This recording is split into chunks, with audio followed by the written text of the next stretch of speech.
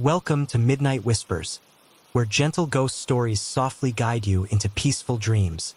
Tonight, let's drift together into a world where shadows linger quietly and stories whisper just for you.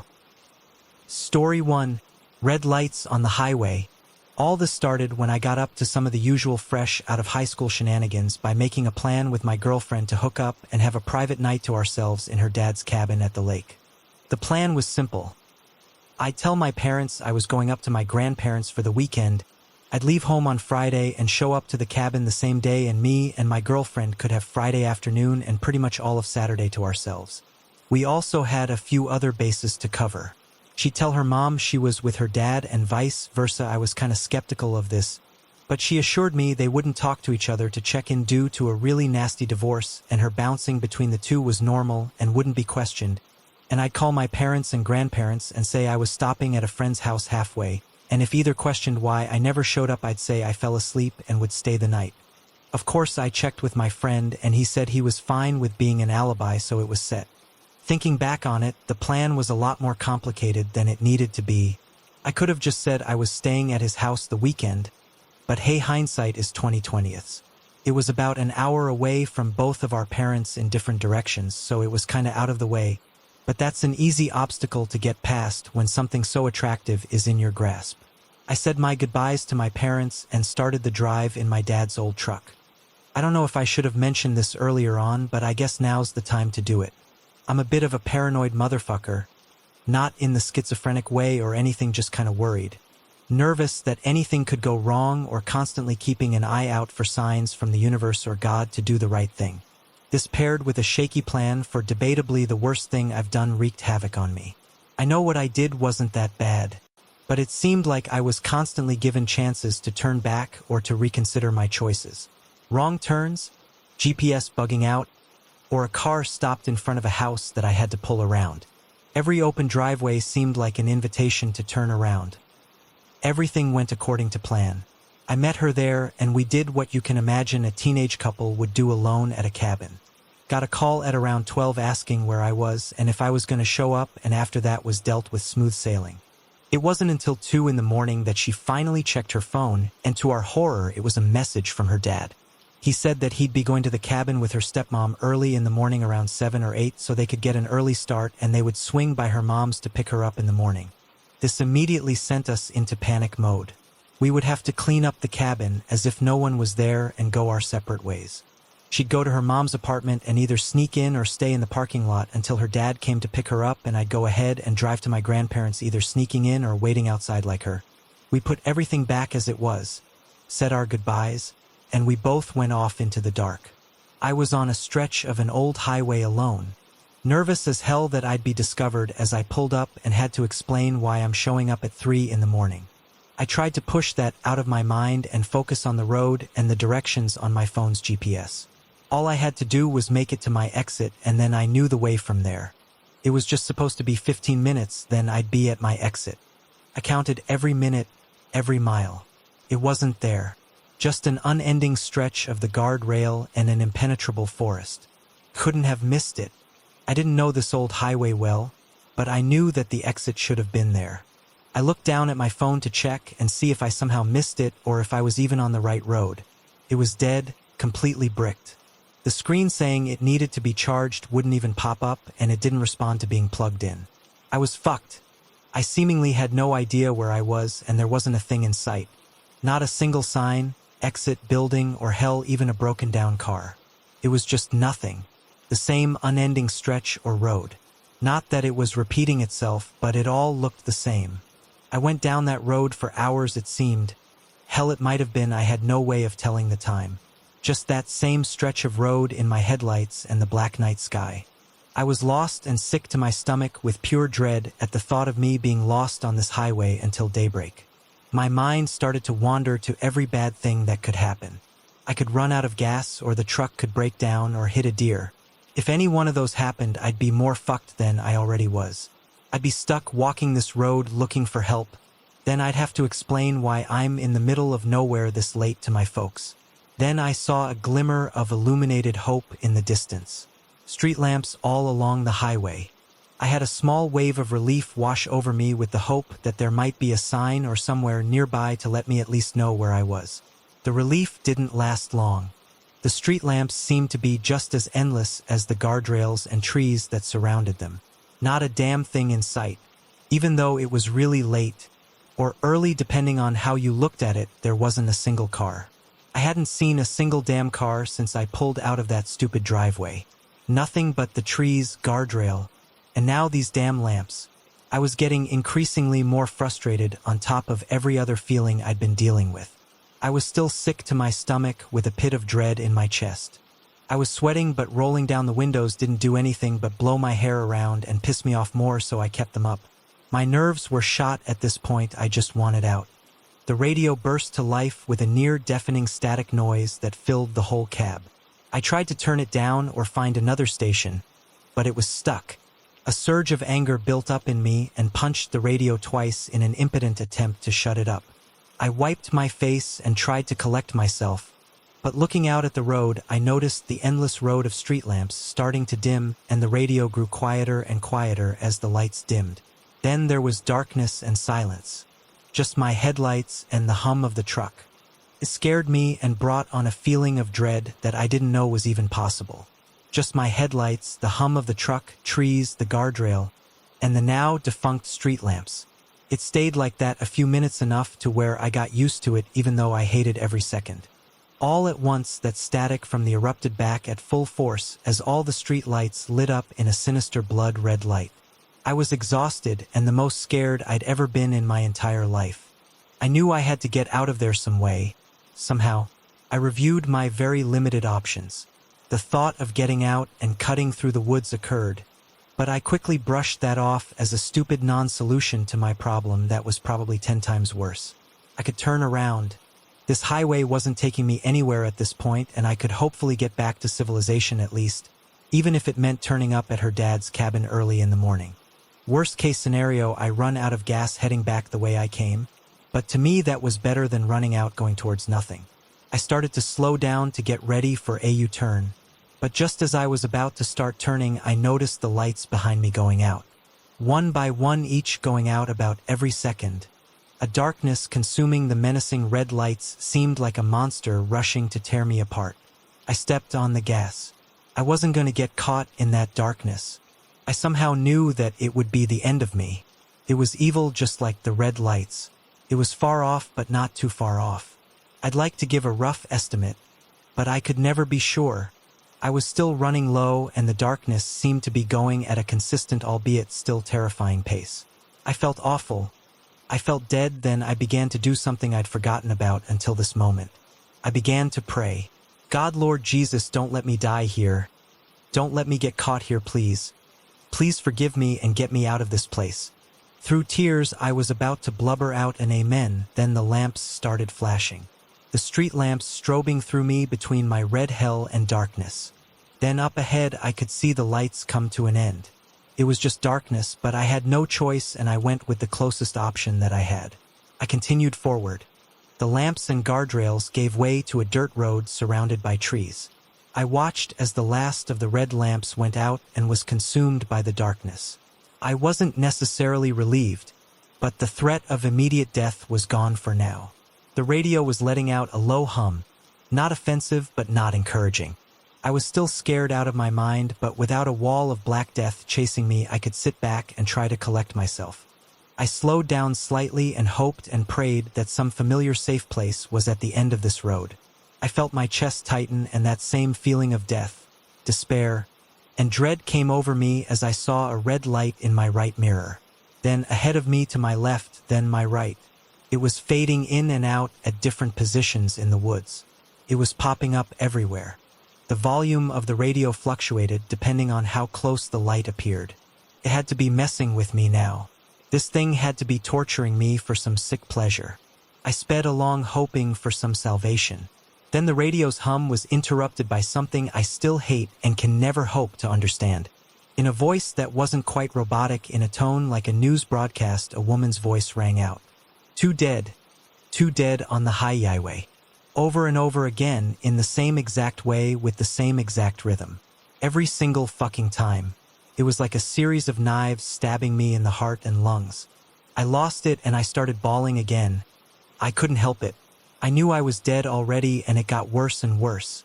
The lights stopped appearing randomly around me and seemed set in the same place no matter how far or fast I went. Too dead on the highway. Over and over it seemed to grow slightly louder each time. I was out of it at this point, just a husk stepping on the gas. Then a yellow mangled sign appeared in my headlights. It read Dead END. The possibility of this hell having a sudden end hadn't occurred to me. To make things even worse, the fuel light dinged and my heart somehow sank farther than it already had. I was so distracted by the fuel light and the sign that I didn't notice the surrounding red lights were gone, and it was one solid light behind me on the road and gaining fast. Too dead on the highway grew louder and louder until it was all I could hear. If I reach that dead end, I'm either crashing and dying or meeting that red light. I made it up in my head that I had to turn back.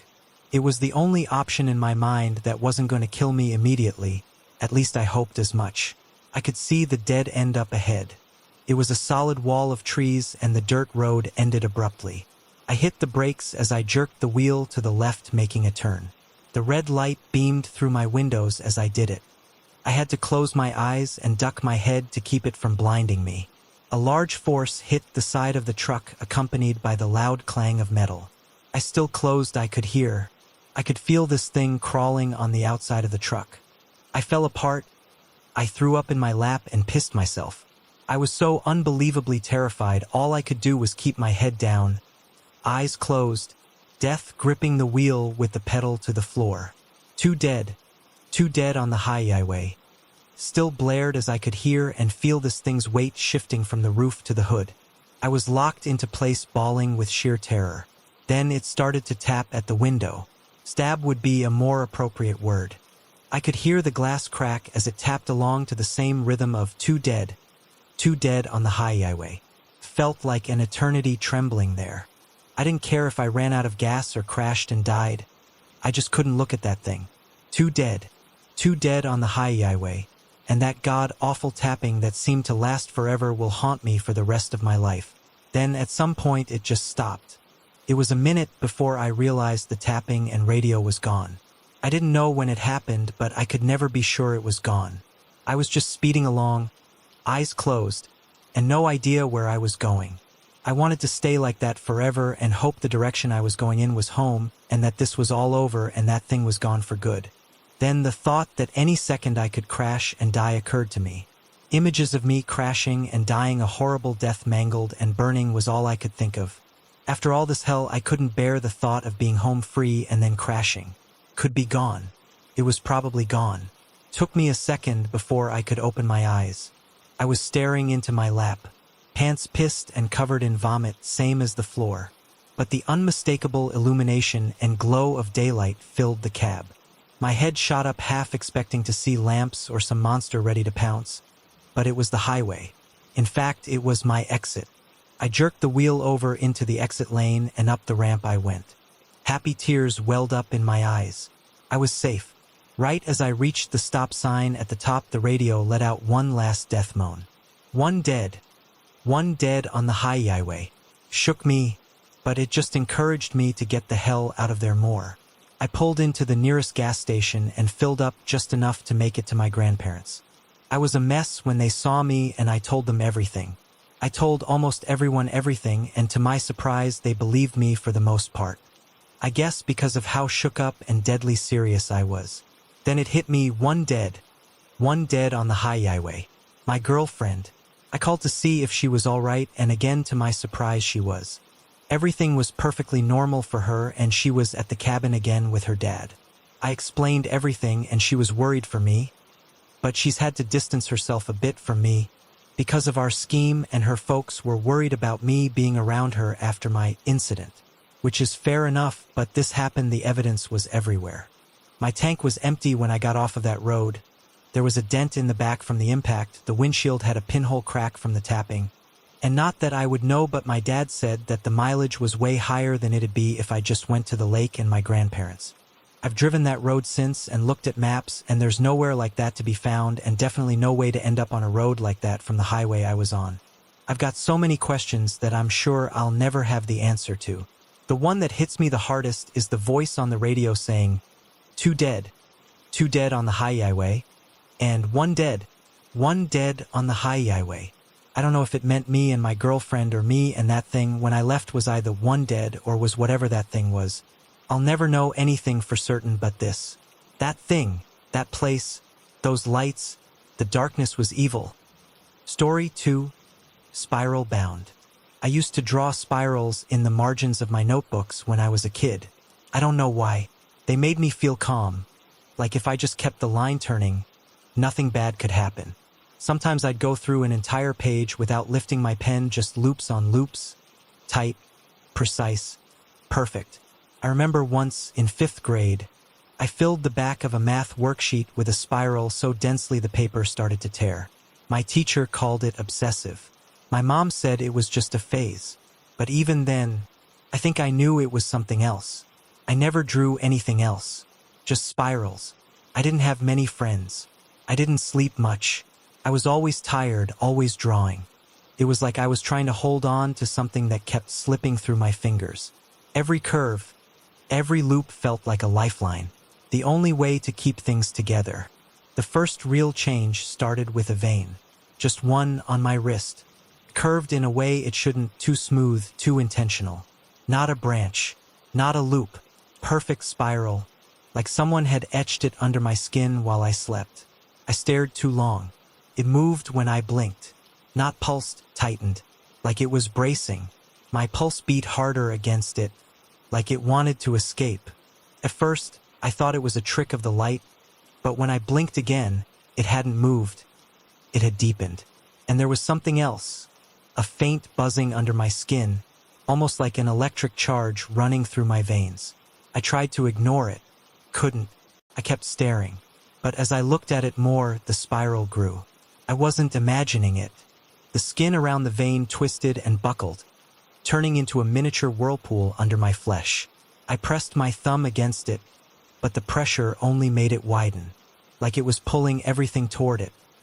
The next morning, my coffee swirled long after I stopped stirring. My cereal kept turning in the bowl, slowly, even after I put the spoon down. My hair curled into tight, unnatural coils I couldn't brush out. It wasn't like the soft waves I used to get after a long night's sleep. No, this was wrong. The curls felt too tight, like the hair follicles were being twisted. Every movement felt wrong. My fingerprints, they used to loop.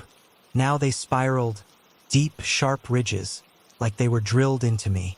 My scalp itched constantly.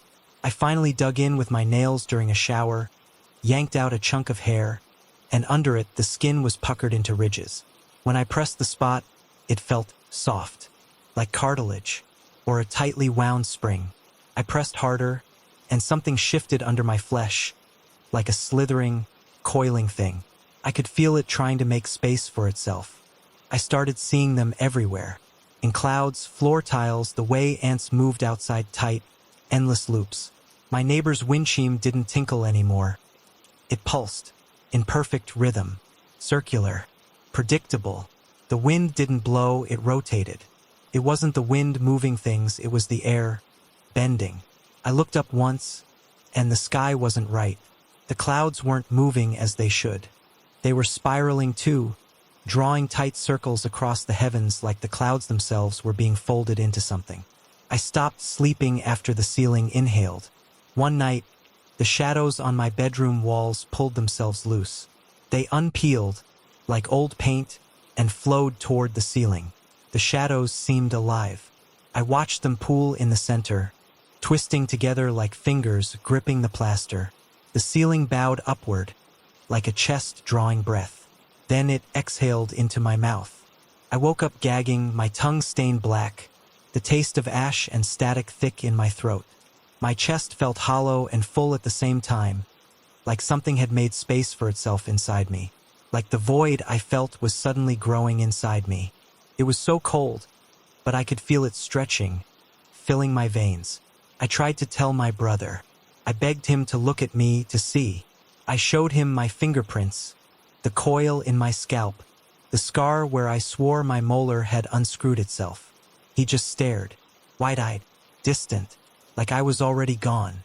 Or worse, I wasn't me anymore.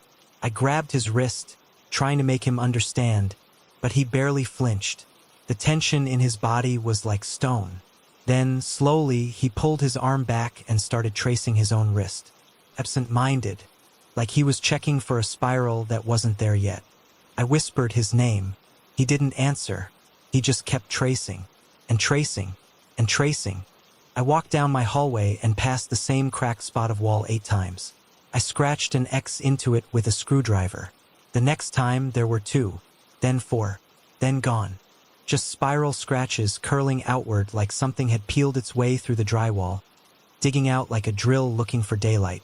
The pattern wasn't random. The cracks followed me. They looped. Later, I looked out the front window and saw my neighbor walking her dog. She waved. A minute later, she passed again. Same clothes, same smile, same wave, then again. But this time, she didn't blink, and the dog's leash curled around her wrist like a vine. Food rotted in unnatural ways. Bananas peeled themselves open like curled petals. Mold formed in rings, constant circles of decay. The fridge motor hummed in 3s, then 6s, then 9s. I heard the hum in my teeth. I felt it in my chest, like my heart was beating in sync with it. The walls weren't just cracked, they were warped, twisting, distorting, like the structure of my house was slowly folding into something else. I recorded myself sleeping, just to prove it wasn't me, just to prove I wasn't the one doing this. The footage showed me sitting up around 4 a.m., staring at the camera with a slack face and black, spiral-shaped pupils. I didn't blink. I just started tearing paper, books, envelopes, toilet tissue, and twisting the strips into coils. Then I swallowed them, one by one, with a smile. The camera didn't capture the sound, but I heard it. The crinkling, the way the paper seemed to melt when I consumed it, like I was absorbing it, becoming part of it. I tried writing down who I am, what I am, my name, my birthday, my memories. But every time I picked up a pen, I just spiraled the ink, over and over, like my hand knew something my brain forgot. My name is always curled into nonsense, words looping into unreadable glyphs. It looked ancient, like a language that had existed long before me and would outlive whatever I was becoming. Sometimes I wasn't sure if I was the one writing at all. My reflection doesn't show me anymore. It shows a window, and through that window, I'm standing still, eyes wide, while everything behind me curls inward like a closing fist. It's been like that for days, maybe longer. I don't know if time spirals too, but I haven't seen a straight second in a while. I waved at a mirror once, just to check. The reflection didn't move. I watched it, then it smiled. I tried looking at my watch, flicking my wrist to check the time, but the face was spinning. The hands had turned into spirals, like it had all become part of the same thing. Yesterday, I pressed on my back molar during a panic attack. It slid out like a loose screw. No pain, no blood, just an oily pop and a metallic taste. The root wasn't straight. It was coiled, perfect, intentional, like it had always been winding inward. I held the molar in my hand and looked at the root. It looked alive somehow. I tried to squeeze it, and it twitched. A tremor. I took a knife and cut it into my thigh. Just enough to see. No blood came out. Just thick, clear jelly threaded with hair-fine spirals and tiny tendrils, moving like worms. I laughed until I vomited. My vomit spiraled on the floor. I could feel it in my skin, in my bones. It was inside me. I went to a clinic. The doctor looked into my eyes and immediately stepped back. His hands shook. He whispered, "It's almost here." Then he walked out of the room. I never saw him again.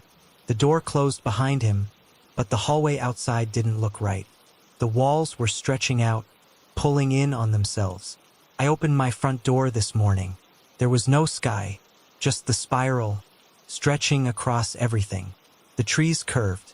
The houses leaned in. The clouds twisted into a vortex of bone-colored mist. I stepped out and saw myself walking away into it, head down, disappearing into the coil.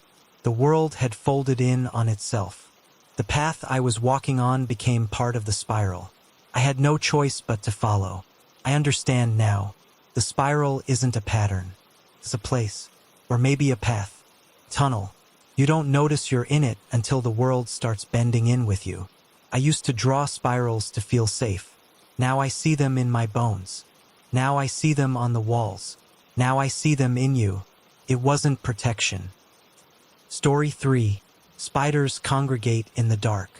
Sometimes your bones break and your little sister disappears, and always your father acts like nothing is wrong. Occasionally, he'll sit you down and tell you that you have to move on. Your sister isn't coming back. That she's probably dead. I didn't think so. Couldn't think so. We spoke often about the forest and its darkness. Even from a distance, it ate you alive with its rotten molars. We'd wail and throw ourselves into her mother's arms. At home, we were brave.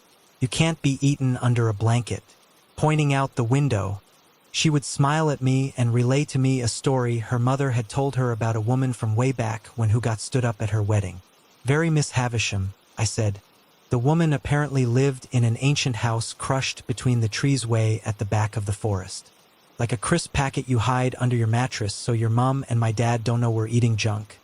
I giggled. Her husband was supposedly dared into the marriage and ditched last minute to elope with a much younger woman. Men have always been like that, I said. She was driven mad at her loneliness, further fed by the shadows she'd see watching her from around corners. I asked what happened after that. After the hallucinations, the insanity. Marge told me the woman's body died, but not her soul. It's always like that with ghosts. They always have a sadness about them. She's still there today, or so my sister's mother says. If ghosts are truly real, maybe that's why I felt like Marge was never gone. Since Marge disappeared, I found myself watching the forest more often. It was like I was stalking it. Even when I'm not looking, I'm thinking, I know the look of every inch of bark, every stem of every leaf. I hear the squirrels. I know the foxes. I figured maybe it was a sign. When the police first came to our house, I suggested they look in the forest. They signed my cast and left. I stared at their signatures. Promise. Dad looked so disappointed. He told me that they wouldn't find her. She was gone. I thought for a minute maybe he had something to do with it. I spent that night stomping the garden looking for soft spots. There were none. I itched my arm and headed back inside. My dad didn't feel like a killer, but he was a coward. He'd given up far too quickly. It was like she was never here, just like when my mother died. Losing Marge herself wasn't as hard as losing her presence. That first week I would wake up and wonder if she ever happened at all. At school I was an attraction. The girl with the dead sister and the freak of a father who'd wander around with eye bags heavy as dumbbells wearing the most unnatural smile. I'd push through conspiratorial whispers just to get to class, and while there, I'd stare out the window at my suspect. The forest stared right back, indifferent. The only person who ever approached me directly with their questions was Rachel Montpellier. Rachel was nosy. Her dark hair hung around her face like a slightly less creepy Samara. You could scarcely see her eyes beneath her long, dark lashes. "Do they have any leads?" she asked, arms folded against my desk. Her watch ticked in wait. "Not yet." I kept my lips shut about the forest. It wasn't hers. "I think they'll find her. I wouldn't worry." Casey. I can't say what I felt was worry given how assured I was that my sister was alive, but to be told not to feel that way angered me. I wrote in my diary of this stupid rich girl who thought she could dictate how I felt about my situation. She's not even that rich, and that's not what she was doing. But it's the Langdon way to blame. Despite my suspicions, it took me 2 months to venture into the forest. I am afraid of the dark. You never know what's there. You never know who is there. It took me until my body burned with this incessant itch that my nails could no longer scratch. I'd have no skin. Desperation crawled through every vein in my body. I just had to know. I had to see.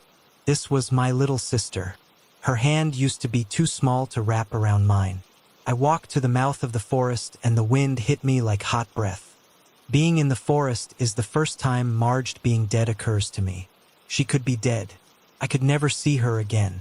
She was definitely dead. She's 14 and weak.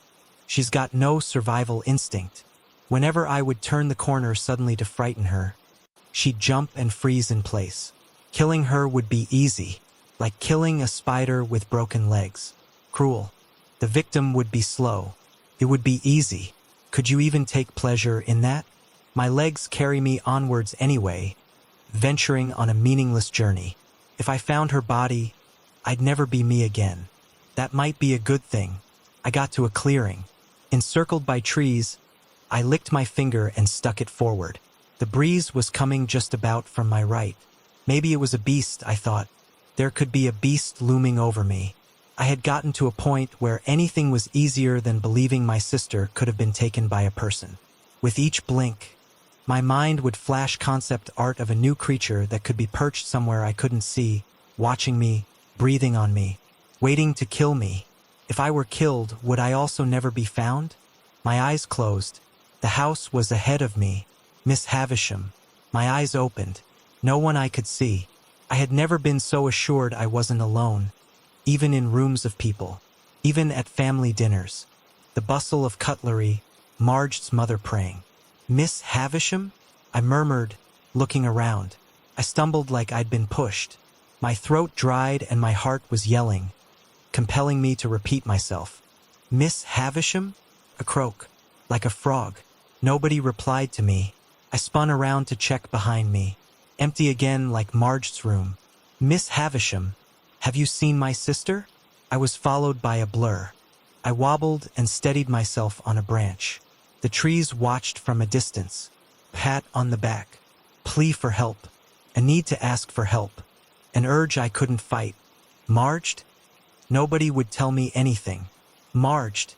Please just tell me if you're there. I called. I need you, Marged. I hadn't cried in years. My mother died and my father acted like she didn't.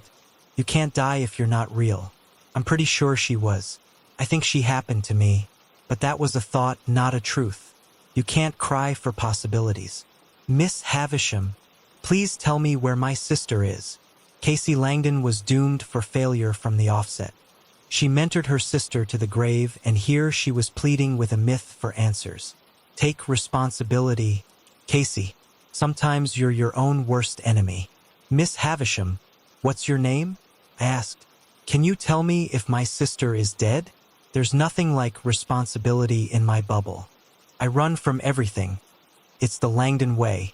I was never taught to turn and face fault. My emotions are as much a mystery to me as the seabed is to scientists. I know less of myself than I do the shopkeeper. Who is Casey Langdon and what led her to be such a failure? What led her to let her sister die and what led her to blame herself? I yelled at the abyss for hours. When I got home, my father was sitting up for me. The clock on the wall had run out of battery. I set my torch down and took a seat next to him. We were unused to each other's company. He wasn't accustomed to worrying about me, but after losing 2 wives and a daughter, I was all he had. His attention wasn't worth the blood. Where were you? He asked, his hands embracing one another. More love was shared between those palms than existed in his first marriage. I was searching. I chose honesty. I felt like I could find her. You didn't. Dad sounded ashamed of me. No. You don't go out that late, Case. Okay. At school the next day, Rachel approached me with a card and a sorry-looking face. It's like she knew about my loss at the clearing. I took the card and wiped her face of pity. The card wasn't going anywhere except the bin, but I assured her I'd put it straight on my bedside table. She cared so much she was detached. Why would I want a sorry your sister is probably dead card? She lent me her headband and talked to me about exams which weren't until May. Somehow it was April. February felt like yesterday. February 24th. I'm happy to help with math. I know you struggle with math. Rachel sketched on my cast a smiley face. I struggle with everything. You look prettier when you smile, Casey. No. I don't. Rachel always shares her notes with me since her handwriting is far superior and her mind is more capable than mine. I copied them absent-mindedly. Surds, algebra, Pythagoras. People torture themselves in the pursuit of knowledge. Had we never sinned, if we'd stuck to Eden, would my sister be dead? God, I prayed, have her with you. Let her not be dead in your eyes, even if she can't be seen in mine. I'm on the edge. Miss Havisham didn't answer my questions, and I told Rachel as much. You spoke to a ghost? She never replied. They don't tend to. If one of us had to die, don't you think it should have been me? Rachel sighed, chewing her lip. She leant back and stared out through the window at the forest. She nodded as if she was having a conversation, then turned back to me. If you want to die, then die. It's doing nothing for Marged. You're probably right. A body was found later that month. I got an exemption from my exam since the coroner was convinced the body was of my sister, and that, obviously, wouldn't put me in the mood for physics. I felt a bit sorry for the girl, though, because it wasn't Marged. The body found was that of 18-year-old Bonnie Jones from the village over. We'd gone to the same tutoring club in year 9. Bonnie was blonde. She had those blue eyes that practically pleaded to be murdered and a figure that went unfed. Her voice was uptight, her attire very legally blonde, and her parents disheveled enough they could have crawled out of a tip. Despite that, it was pretty awful to hear she was dead. Our last conversation, I told her to shut up. She was over explaining the basics to me. My father looked distraught finding out it wasn't Marged, and when I actually tried to have a conversation with him, for a change, he told me to shut up. I felt like Bonnie, cold. They weren't the same age, but maybe that didn't matter. Murderers probably don't ask your age. They were roughly the same height, I thought. Marged was a brunette, though, with hazelnut eyes that sparkled. Nothing in Bonnie sparkled. Whenever I had a thought, especially a weird one, I handed it to Rachel, curled against her fluffy pink pillow. Her hand braced against her mattress, and she stared at an empty page in her diary. A pen rested all lackadaisical in her palm. Bonnie was, and not to be thing dash, said Rachel, in a way that always meant she was going to be thing. Was odd. I didn't like her. Proper rude. Did she deserve to die? I played with a doll of hers, waving her soft palms at me, like a friend. I smiled. Who does? Rachel shrugged, staring still. Imagine there's a killer here who's after our demographic. You sound hopeful. I always hope for something interesting. Casey, what if the killer kills you? I watched her face, unbothered, as if we weren't talking about what we were talking about. Advertisements. What if I have an aneurysm? Not something I'm worried about, Rachel grumbled. Nothing ever happens to me. You won't be saying that forever. I'm saying it for now, and I'm sick to death of it. At home, my father sat me down and told me all about safety.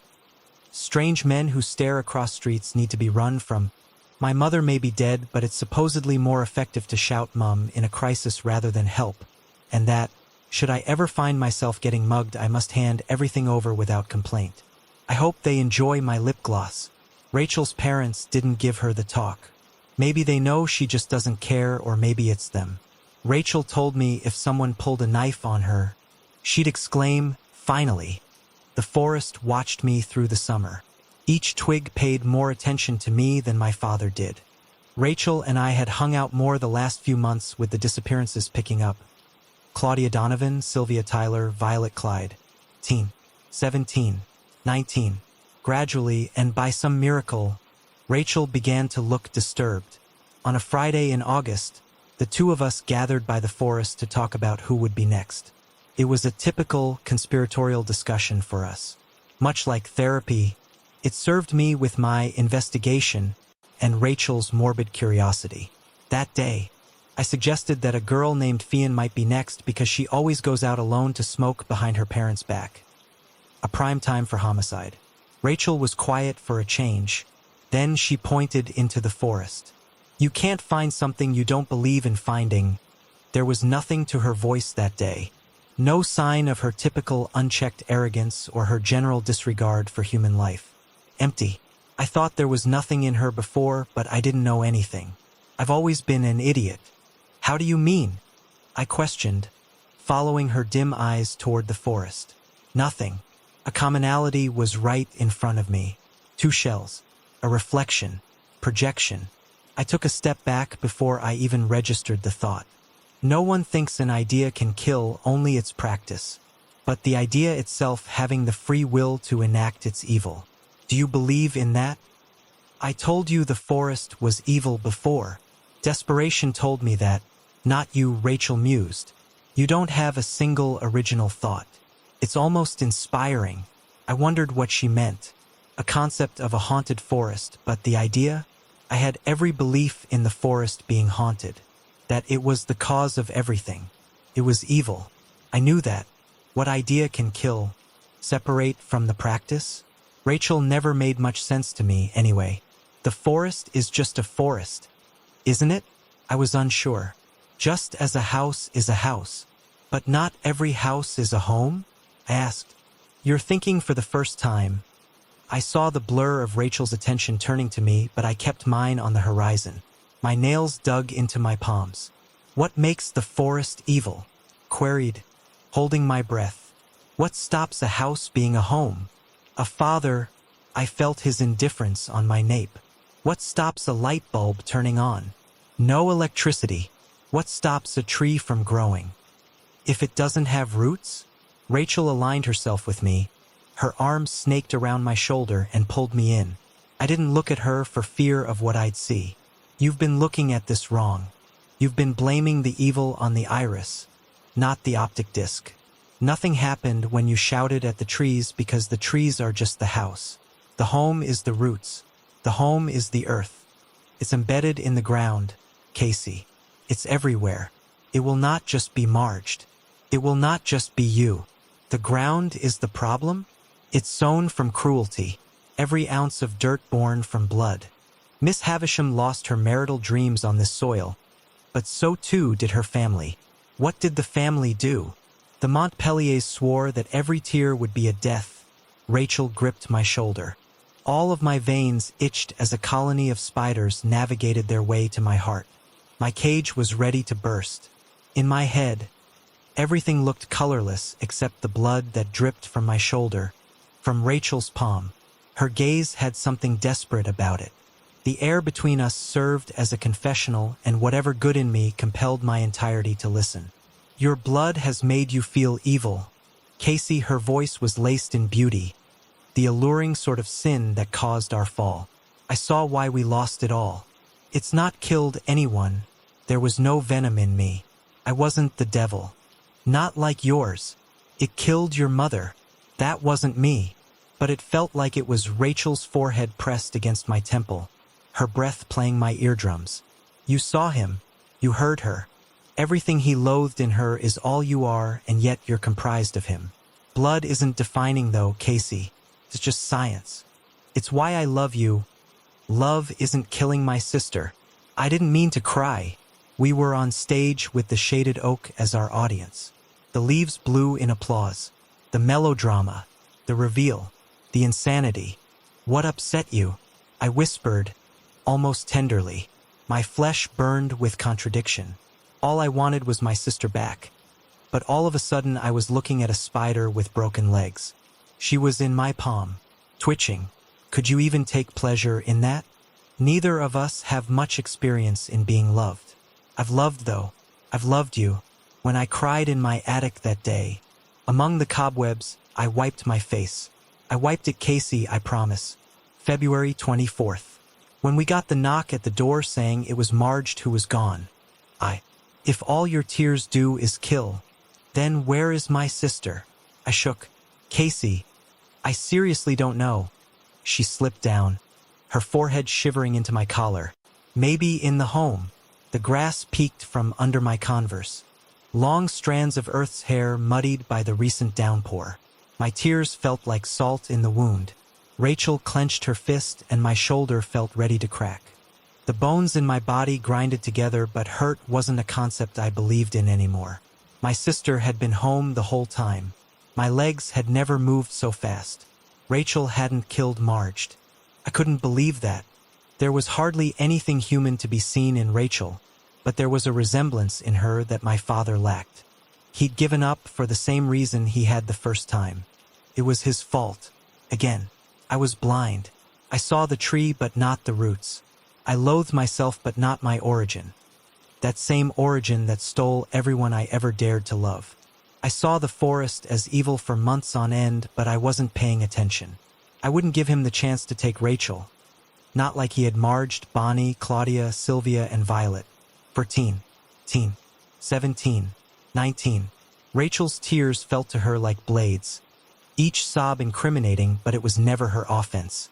Her blood had made her fear a myth, a delusion, a story that absorbed every fiber of her being, just as I had feared the forest.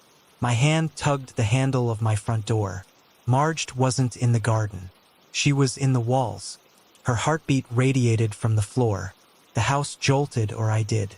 She rested in her bed. She laid on the sofa. She was sprawled in the attic. She was buried at home and in my father's eyes as he turned to look at me from the TV. I still wonder if my expression was like his. I want to know if my face was anything like what those girls saw, what Marge saw, as he took them from the... A father can throw a fist and a girl can lose her sister. The Collison echoes and a neighbor becomes convinced her tears take lives. A forest can stand in the dark and children believe in monsters. All of the spiders with their broken legs can never mend, but they congregate in the dark. I hope I gave them rest. I hope, especially for you, Marge. Your big sister will always love you and her broken arm will send her to you soon. Story 4. It came from the fog. The blaring of my alarm jolted me awake. 2:45 a.m. sharp. This ungodly hour had become routine. I'm getting married soon, and every extra hour of overtime mattered. 2 hours a day might not seem like much, but it adds up fast. I silenced the alarm and moved through my usual morning ritual. Brushed my teeth, washed my hair, and slicked it back with gel. Everything felt ordinary until I stepped outside. That's when I saw it, the fog. Not the thin, fleeting mist you'd expect, but a dense, suffocating fog so thick I couldn't even see the edge of my backyard. It wasn't just fog. It was something out of Silent Hill. The dense fog made me uneasy. Visibility was practically non-existent. Still, it was 3 a.m. and I convinced myself it would be fine. I stepped outside and walked to my car, its silhouette barely visible through the mist. Sliding into the driver's seat, I started the engine. That's when it hit me. A strange, gnawing sensation, like I was being watched. I froze for a moment, scanning the yard and the surrounding haze. Nothing, just the fog, thick and impenetrable. I shook it off, blaming the discomfort on my usual unease with the dark, and started on my way. The drive wasn't easy. I had to crawl along, straining to make out the faint lines on the road. Anything farther than a few feet ahead was swallowed by the fog. Luckily, most of the drive was along quiet side roads, with hardly any traffic to worry about. The Christmas lights and decorations lining the houses helped guide my way, like Rudolph leading a sleigh through the haze. But every so often, I'd catch something out of the corner of my eye, a flickering light, briefly obscured by a fleeting movement, as if something had darted across the road. Maybe a stray deer, I thought. They were common enough around here, but something about the way it moved didn't sit right with me. I gripped the wheel tighter and kept going, trying to push the thought aside. The static on the radio grew louder, suffocating the faint melody that had been my only solace. I fiddled with the dial, but nothing helped. The music faded completely, leaving only the crackling hiss. The fog seemed heavier now, pressing down on me like a weight, and I felt the ache in my leg from an old injury flare up, sharper and more persistent with every mile. That feeling, the one that I was being watched, kept creeping in stronger than before. Every flicker of light in the distance felt like a signal, a warning that whatever was out there was closing in. The heater in my car must have died. No matter how high I cranked it, the chill seeped into the cabin, biting at my fingers and face. It was freezing, impossibly cold, and every breath I took felt thin and strained. I tried to rationalize it all, the cold, the static, the lights. I told myself it was just my mind playing tricks on me, that I was letting the fog and the darkness get to me. But deep down, I couldn't shake the feeling that it wasn't just paranoia. The fog seemed alive, mocking me, and every flicker of movement out there felt like laughter, silent and cruel. The static, the cold, the weight of the fog, it all felt like a message. It was coming for me, and there was no place I could run. Finally, as panic and claustrophobia began to take hold, I drove into a clear pocket of air where the fog suddenly disappeared. Living in a hilly area, I'd seen these pockets before, but never had they felt so welcoming. I stopped the car, but just before I opened the door, something slammed onto the roof of the car with a heavy, jarring thud. My breath caught in my throat as the noise echoed through the stillness. For a moment, I froze, gripping the steering wheel, heart pounding. A tree branch, I whispered to myself, though I knew there were no trees close enough to the road to hit the car. The difference in the air was startling. The pocket felt fresh, clean, free of the suffocating weight I'd been enduring. It wasn't as cold here, and for the first time in what felt like forever, I didn't feel trapped. Even the static on the radio had cleared, and music softly drifted from the speakers. I opened the door and stumbled out, dropping to my knees as I gasped for air. The oppressive weight of the fog momentarily lifted. When I finally stood, I took a moment to look around. I knew exactly where I was. I'd driven this route almost every day for years. The single streetlight overhead bathed the road in warm yellow light, illuminating the nearby houses adorned with colorful Christmas lights and towering Santa inflatables. Behind me, an open field stretched into the dark, its ownership a mystery I'd never bothered to solve. As Jingle Bell Rock played on the radio, grounding me in something familiar, I laughed to myself, though my voice was shaky. I'd let my imagination run wild. Of course, there was nothing out there, just fog, some bad weather, and my own paranoia getting the better of me. I decided to stretch my legs for a moment and took a quick walk up the road to get a closer look at some of the decorations. Christmas lights and music had always been a comfort to me, a little reminder of joy in the darkest hours. Taking out my phone, I snapped a picture of the brightly decorated homes. My fiancé would love these, I thought, smiling faintly. Glancing at the screen, I saw the time, 4 a.m. How was that possible? Had I really been driving for an hour and barely made it a quarter of the way? That didn't make sense. I wasn't driving that slowly. Was I? It was then that I saw it. Standing just at the edge of the fog was a figure. Tall, gaunt, and impossibly thin, it loomed in the middle of the road. I couldn't make out its features, only its silhouette, sharp and unearthly, illuminated by the streetlights. It stood completely still, and I couldn't tell if it was watching me or waiting for something. My breath caught as I realized the fog was moving again, creeping forward like a living thing, dissolving the safety of the clear air and inching toward me. My pocket of calm was no longer safe. I started running as fast as I could, the cold searing into my bones and the pain in my leg flaring like never before. The silence was overwhelming, an oppressive, deafening void that seemed to consume everything around me. Within the fog, the absence of sound became louder than anything I'd ever experienced, as though the world itself had been smothered. It dulled my senses, disorienting me, and before I realized it, the fog had swallowed me whole. I could barely see my hands in front of my face. Without the protection of the car, I was completely exposed to the oppressive fog, its weight pressing down on me like a suffocating blanket. As I blindly ran, something cold and unyielding clamped onto my calf. I fell hard, slamming into the ground, the burning pain shooting up my leg so intensely it felt like my flesh was roasting over an open flame. Rolling onto my back, I froze in terror as I saw it.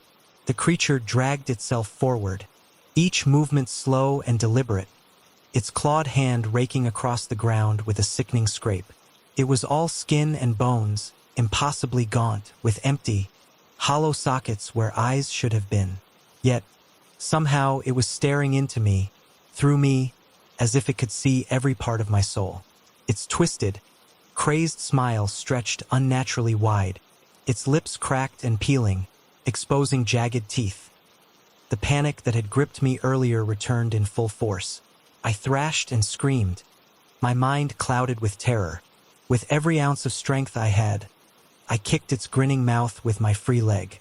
The impact was solid, and for a brief moment I thought I'd hurt it. But instead of reacting in pain, it let go and retreated into the fog, its twisted silhouette disappearing in seconds. As it vanished, I heard it, a guttural, mocking laugh that sent shivers down my spine. It wasn't retreating because it was hurt. It was amused. I stumbled to my feet, desperate to find my car. My sense of direction was gone. The fog had turned everything into a swirling, disorienting abyss. The pain in my leg had changed, spreading into a numbing cold that only made running harder. Each step sent sharp, agonizing jolts through my spine, and the air felt impossibly thick, every breath a struggle. I shouted into the emptiness, my voice cracking as I tried to stay grounded, to stop myself from succumbing to the panic.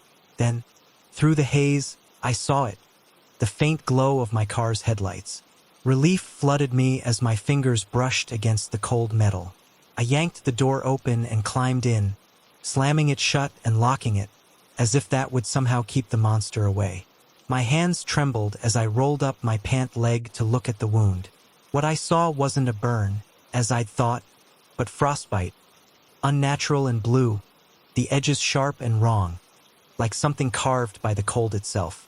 Swallowing my rising panic, I gripped the wheel with trembling hands and started the car. I knew where I was now, and there was a straightaway up ahead. A few turns, and I could floor it. Dear other drivers, it didn't matter.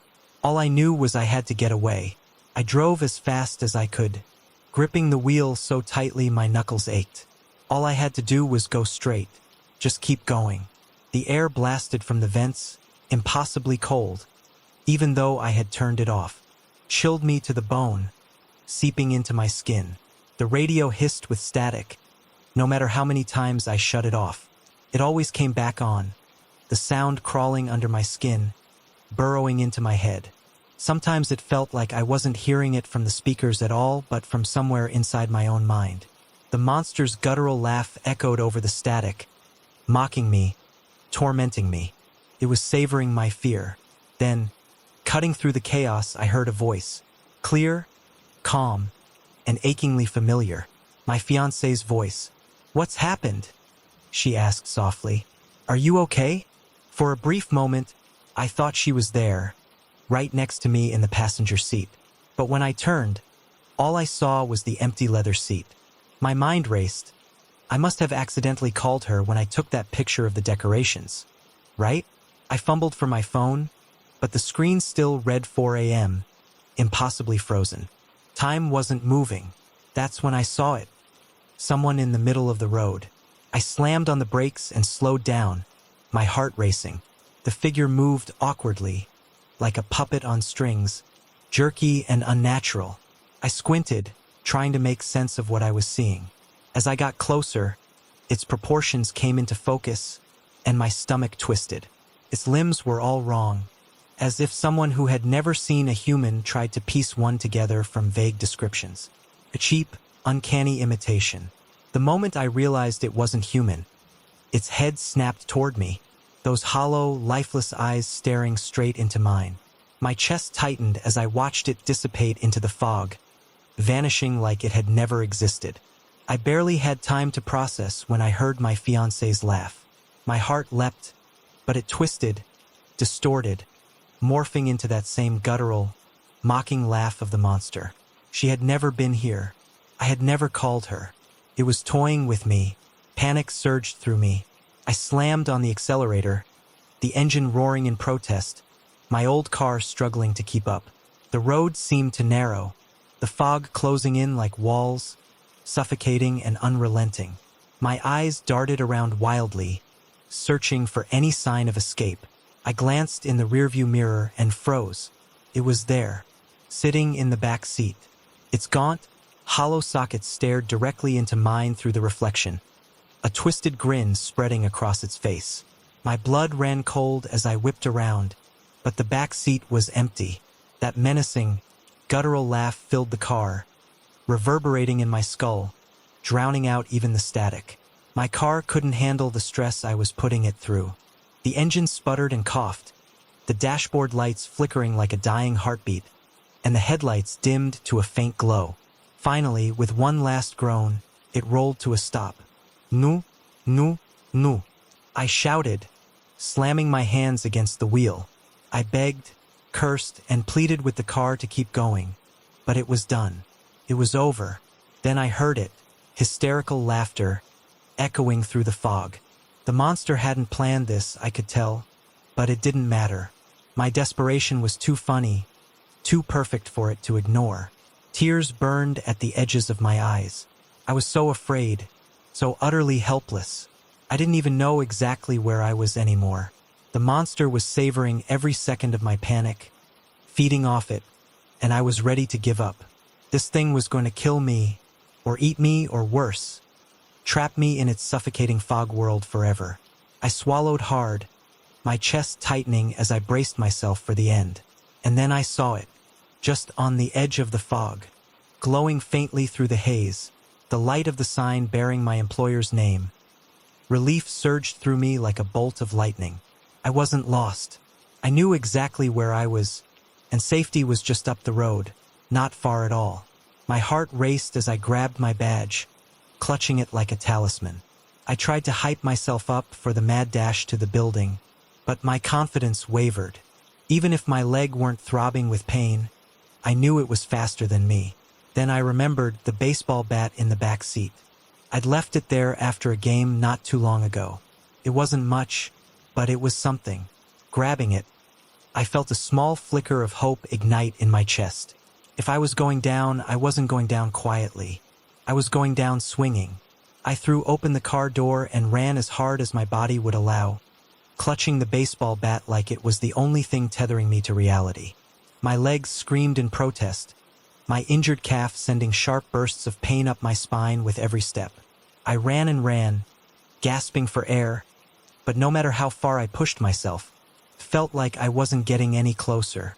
The sign and the building loomed at the edge of the fog, taunting me, always just out of reach. Behind me, the sound of laughter erupted again, louder this time, echoing through the fog. Then came the footsteps, a stampede of them pounding the ground, so close it felt like they were right on my heels. I pushed harder, tears stinging my eyes as I gasped for breath. My chest felt like it might explode, but I didn't dare stop. I glanced over my shoulder and saw nothing.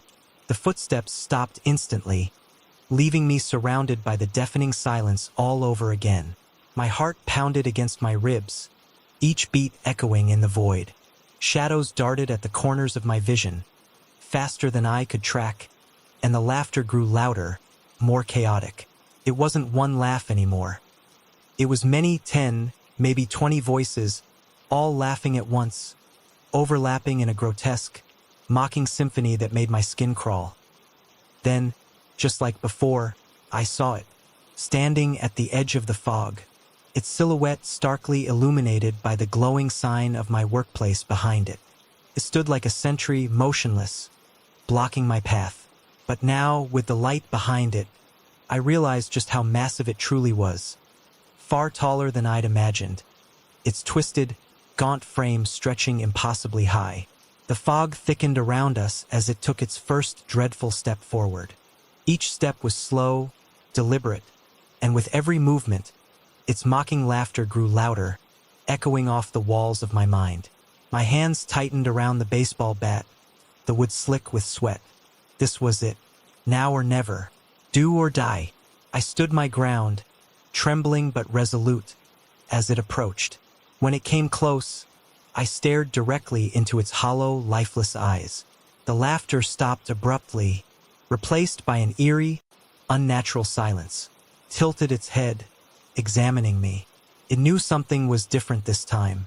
I wasn't like the others it had taken. I wouldn't go down as easily as it expected.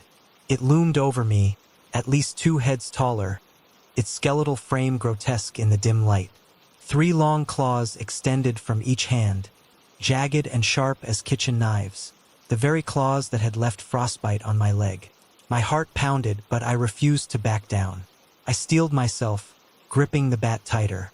If it wanted me, it would have to fight for me. I swung the bat with every ounce of strength I had, aiming for its head. The wood connected with a sickening crack. It grunted in pain, staggering back a step, clearly caught off guard. For the first time, I saw it falter. Just behind it, barely 100 feet away, I saw the door to the building, the final stretch to safety. Without hesitation, I bolted past the creature as it stumbled, its roar of rage splitting the air. The sound was more than a scream. It was fury incarnate, primal and deafening. My legs burned, my chest heaved, but I pushed myself forward, the door within reach. I slammed my badge against the scanner, praying it would work. The small beep felt like salvation, and the click of the lock releasing was the sweetest sound I'd ever heard. I yanked the door open, threw myself inside, and slammed it shut behind me. The hallway lights flickered on, illuminating the safety of the interior. My heart still pounded as I turned to look through the glass window. There it was, standing just outside, its frame trembling with fury. Couldn't follow me. Somehow, just like the car, the building was a barrier it couldn't cross. That's why it had been trying so hard to lure me out, why it was ecstatic when my car broke down. Couldn't get me here, and it knew it. But as I stared into those hollow eyes, I knew this wasn't over. I raced into the office, sweat dripping down my face and my chest heaving with every breath. Just as I thought I was safe, I ran straight into my coworker, an older man who always came in as early as I did. He stopped me, concern etched across his face. "What happened to you? Why are you late? And you look like hell." I froze, unsure of how to respond. He'd never believe me if I told him the truth. Who would? If someone came to me with the same story, I'd think they'd lost their mind. So I lied. The fog slowed me down, and then my car broke down, I said, trying to sound casual. Had to walk the rest of the way. He didn't ask why I had the bat. The rest of the day passed in a haze. No matter how hard I tried to focus, all I could think about was how close I had come. How lucky I was. I only got away because it was cocky. It could have had me either time, but it wanted to play with me first. Torment me. Savor my fear. Since then, I've never truly been alone. I see it sometimes, just at the edge of my vision. A flicker in the corner of my eye. A shadow that shouldn't be there. In mirrors, its silhouette appears just behind me, vanishing the moment I turn. On rainy days, I hear faint tapping on my window, soft, deliberate, a cruel reminder that it's still watching. In my dreams, I hear its laughter, low, guttural, and mocking. There is no escape from it, no respite. But foggy days are the worst. That's when its presence is strongest. The scar on my leg aches with an icy, unnatural chill, a reminder that I was marked, a reminder that it's waiting for me, watching. One day I'll slip up. One day I'll let my guard down. And when I do, it'll be there. I won't be so lucky a second time. Thank you for joining me on Midnight Whispers. May these soft tales ease your mind and carry you gently into rest. If you enjoyed this quiet journey, please like, share, and subscribe to help our whispers reach more dreamers like you. Until next time, sleep well and keep the whispers close.